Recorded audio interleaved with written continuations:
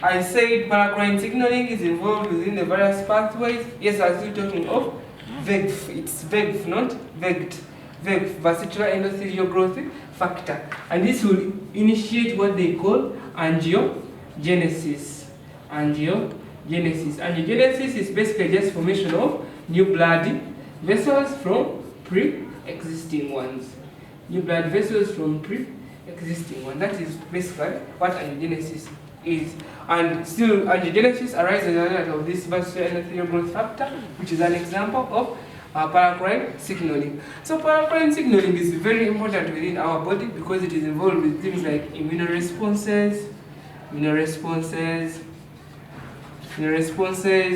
have already talked of tissue morphogenesis. So for your cells to come together, remember we said tissue is a group of cells located working and being located together. So for your cells to come together to form tissues, we shall have basically some signaling cells that will call others come together so that they can come together to form tissues. So that is also a result of paracrine signaling.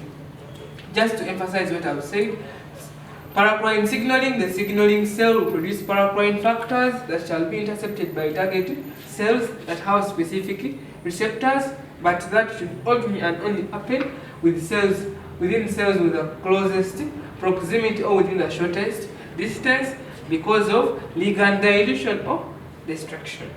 Next is synaptic signaling. Synaptic signaling. Synaptic signaling. Synaptic signaling. Synaptic signaling only and only occurs within animals. Only and only occurs within animals. Why animals? Because they are the ones that have a nervous system. A nervous system.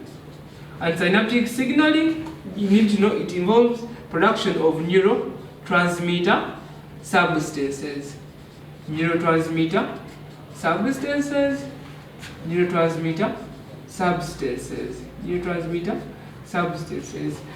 So a neurotransmitter substance will be produced when an impulse arrives at the axon. When it arrives at the axon, this is my impulse. When it arrives at the axon, it will cause the release of a neurotransmitter substance. The neurotransmitters can either be inhibitory, maybe they are inhibiting transmission of something. Some can be excitatory, just as you discussed with your advanced levels of secondary school. They told you of things like GABA. Some are cholinergic, others are allergic, depending on which impulse has been generated. So whenever an impulse arrives at the axon, or what they call the presynaptic node,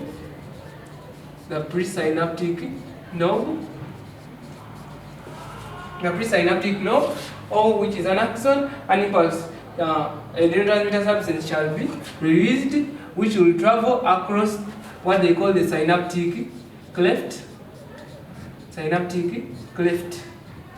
This space in between here. So when it reaches here, this dendrite, or what they call the postsynaptic knob, has receptors. It has receptors that will bind the neurotransmitter substance. And it will lead to various cellular responses. It can lead to maybe influx of calcium, influx of ions, and maybe create an ionic gradient. Things like increase of sodium ions here. The sodium ions enter here and maybe generate an impulse that shall be continuously be transmitted. But one thing important to note, that synaptic signaling only happens within animals because they have a well-developed nervous system.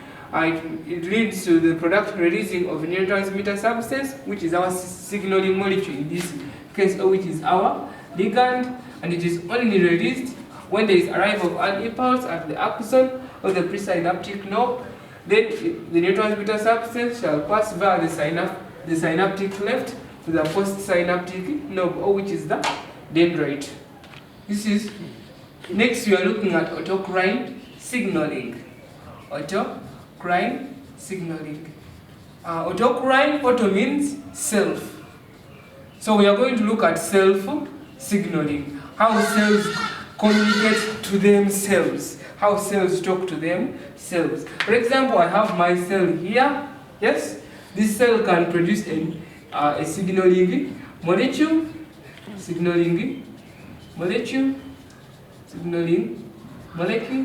Then the signaling, I'm assuming this is my signaling molecule. When it reaches here, still the same cell has receptors that can bind that signaling molecule. And we said whenever a signaling molecule binds here, it will cause conformational changes, resulting into a cellular response. So in autocrine signaling, the signaling molecules that are being produced by the cell have effect on the same cell.